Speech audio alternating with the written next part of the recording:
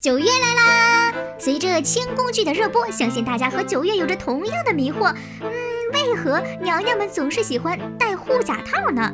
而且样式和长短都随着嫔妃的地位而改变，这到底是为什么呢？有人说是为了美，除了美，9月觉得还有更大的奇妙之处，那就让9月带你们一起来看看护甲的妙用吧。护甲套其实早在汉朝就已经出现了，在当时人们不仅要留长头发，还要留长指甲。在当时的人们眼里，有长指甲那可是一种 fashion 的表现。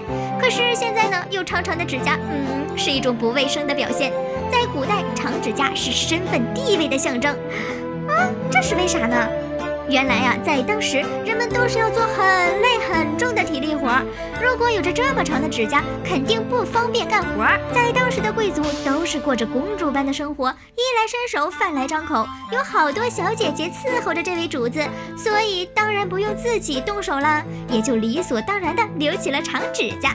所以呢，这个长指甲代表着家里的富贵权势，所以呀，慢慢的就成了这么一个潮流。有人就会问了，那么长的指甲稍有不慎就会折断，还会出现很多的细菌，这可咋办呢？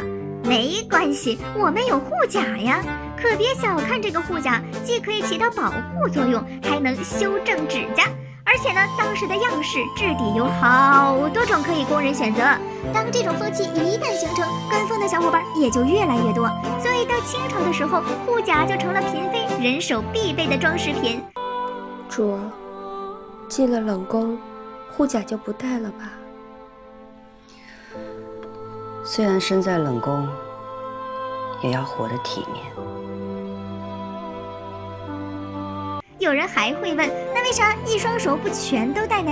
为啥就戴2个手指头呢？那是因为如果5个手指都戴上护甲的话，就会很不方便呀。所以呢，嫔妃们一般都是戴在最后2个手指上，既美观又彰显了自己的地位。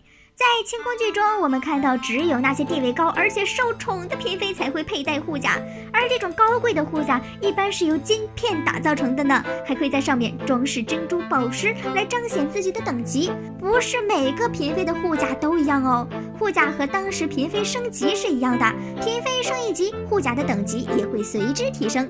嫔妃的等级越高，这个护甲就越高级，雕刻手法就越复杂，材料也就越珍贵。说了这么多，护甲到底有啥用哎？别急，听9月为你们细细讲解。首先，护甲是后宫嫔妃受宠和在后宫地位的体现。在后宫，只要皇上这位大老板一高兴，就会赏各种金银财宝和珠宝首饰。这些除了自己娘家陪嫁过来的，大部分都是这位大老板赏赐的，护甲也自然包括在其中喽。如意宫花2盒，如意珠帐1副，各色绸缎16匹。最后一样是皇上特意交代的，请小主务必清观。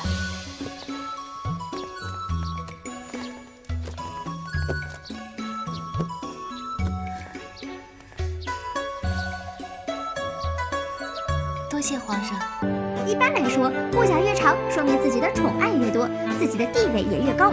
而像那种低级的嫔妃就不配拥有护甲，不配。在后宫，皇后的护甲可以说是最长最华丽的。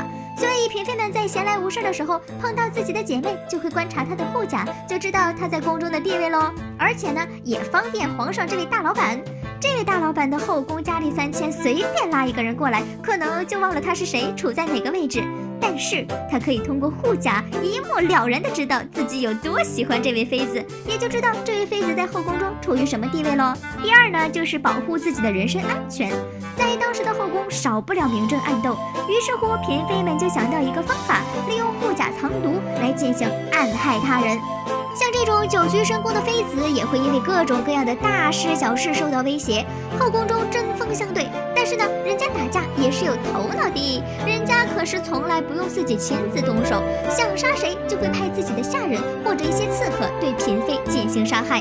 所以在后宫，嫔妃们只能提心吊胆地生活着，真是太难了。而这时呢，护甲就可以派上用场啦。他们常常在护甲里藏毒，而且在关键的时候还可以保住自己的性命。当然了，这些只是9月的个人观点哦。其实呢，清朝嫔妃们戴护甲不仅仅是为了美观，更主要呢是为了面子和尊严，就为了彰显自己的地位。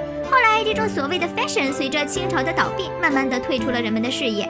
而现在我们知道的就是美甲服务啦。而嫔妃戴的护甲，至今只有在博物馆可以看到。关注9月，了解古代新鲜事儿。